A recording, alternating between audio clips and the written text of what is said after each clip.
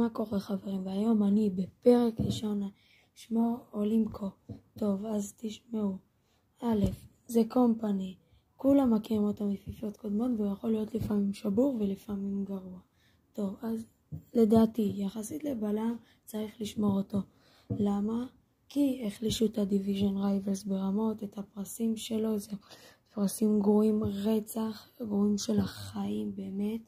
וגם הוא מהיר מאוד, יש לו דיפנס גבוה, פיזיקל גבוה, יש לו פלייסטייל יחסית טוב, והוא בלם הירו יחסית רייטינג גבוה, ולדעתי הוא יכול להיות מאוד מאוד מאוד טוב עד שלבים יותר מתקדמים של המשחק, אז לדעתי צריך לשמור אותו.